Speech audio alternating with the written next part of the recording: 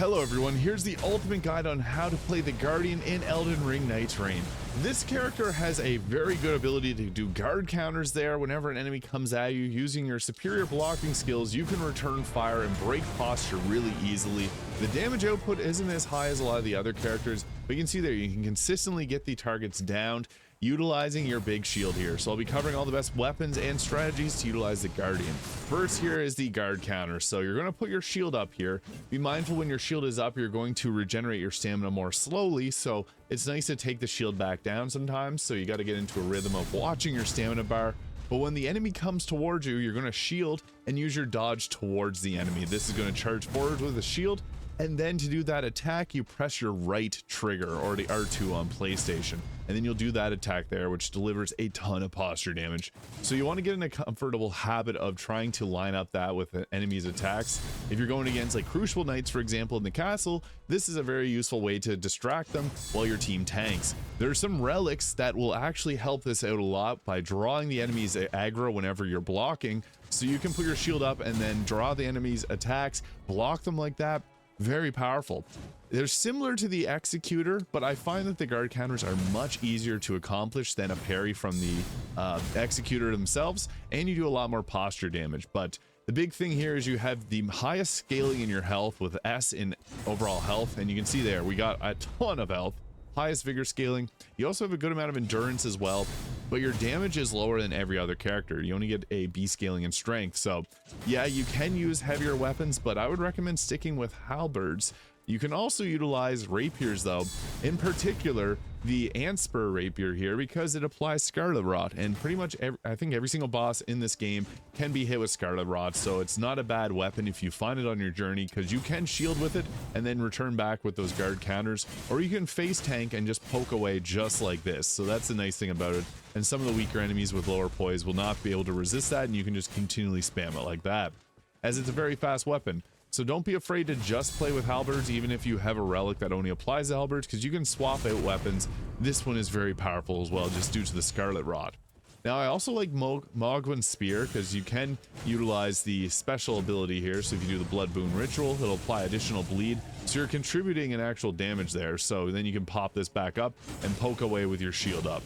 Now, I would recommend trying to get guard counters with this as much as possible, but any type of status-based weapon are going to be very useful here. And you can see all these poke-style weapons are great with the shield because you can return fire with your guard counters. Pretty useful. So, I'll be covering some more weapons here. Now, any of the purple halberds are going to be useful. So the Commander's Standard does have a unique skill here. The Gargoyle's Halberd as well, which can come in a variety of different elemental types. The golden halberd there, the dragon, and Loretta's war sickle, which has a very nice weapon art on it as well. Honestly, you're going to want to primarily stick to these unless you get one of these more powerful ones like Vike's war spear here, the Mogwin sacred spear. Although this does scale off of our arcane, it still does bleed damage and it has B scaling and strength, so we can use this to poke behind our shield. You're going to find the Siluria's tree here often. It's an alright one for a great spear. I find that any of the great spears can be utilized, like Serpent Hunter or the Lance.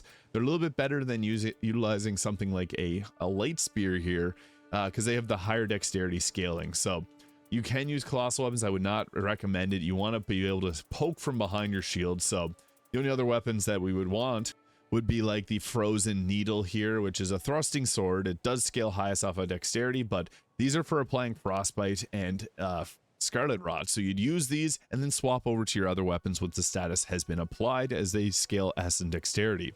As for Great Shield, you can actually find some really useful ones like the One-Eyed Shield here, the Visage Shield. These will both spew fire from them, which is nice. And the Fingerprint Stone Shield, my favorite from the base Elden Ring, but these will apply Poison, Madness.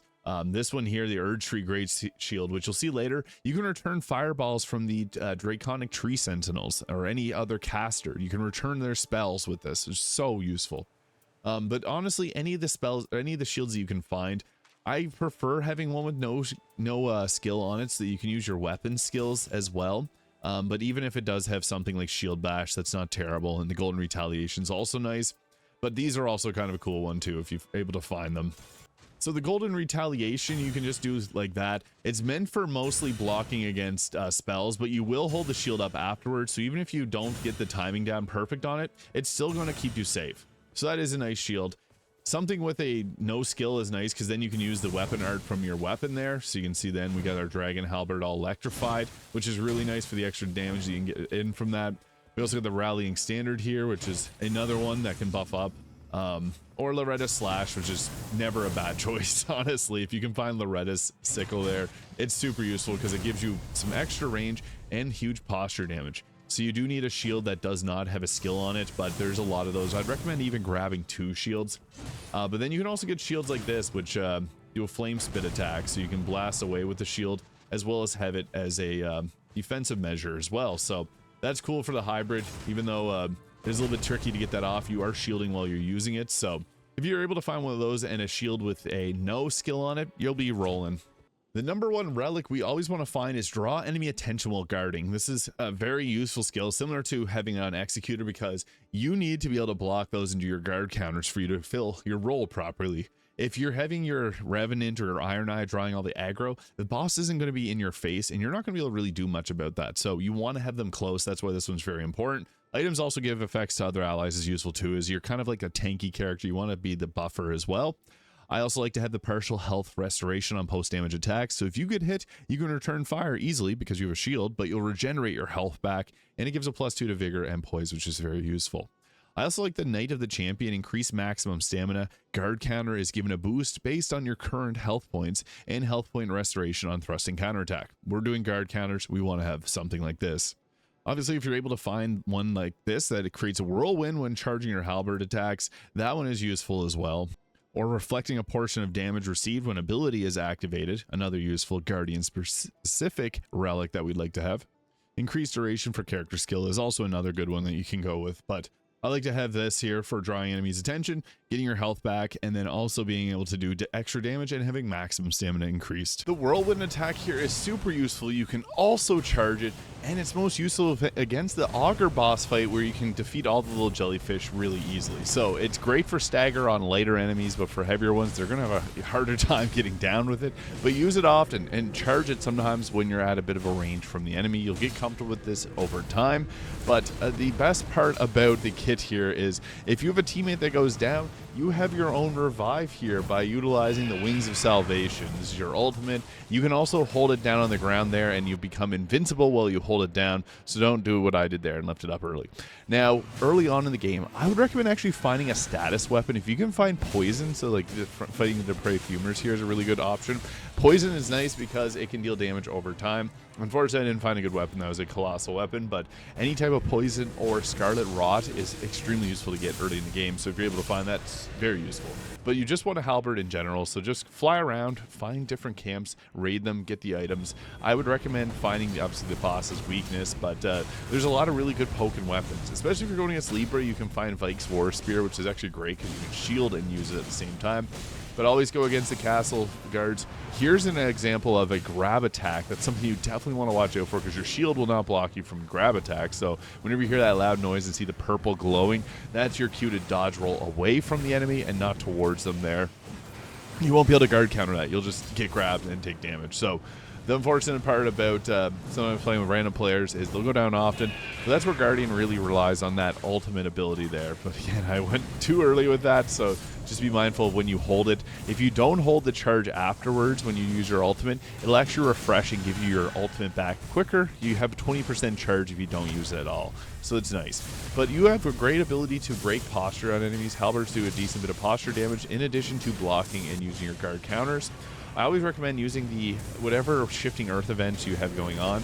Being able to upgrade a weapon all the way up to the max is very useful for taking down the boss. So in the example here, the Crater, I was able to get a max halberd. Ideally, you'd be getting a purple rarity, but getting a gold one's even better. It's even worth it. We were in the storm here fighting the magma worm to get that upgrade, but do the shifting world events. They're usually going to be very useful. Another thing, if you're going against a dragon style boss as Guardian, sometimes drawing your shield when you're by their legs will make them spin around and you can get a bunch of hits in. Against Morgoth or the Fell Omen fight here, There is some attacks that'll bleed through your shield, so that's something to just keep in mind there. Be careful when you're going against him because he attacks very quickly, so you're going to have to do a lot of guard counters. But against final bosses like Gladius here, they run around often, so if you're able to use your shield to draw the aggro there, that's why I mentioned that Relic being super useful. Having the golden retaliation is also very nice because you can return back fireballs and anything from the enemy, so it's pretty easy to get in a timing of it because you're going to see them charge up the magical attack. So if you can find that golden shield, the Earth Tree shield, definitely recommend using it.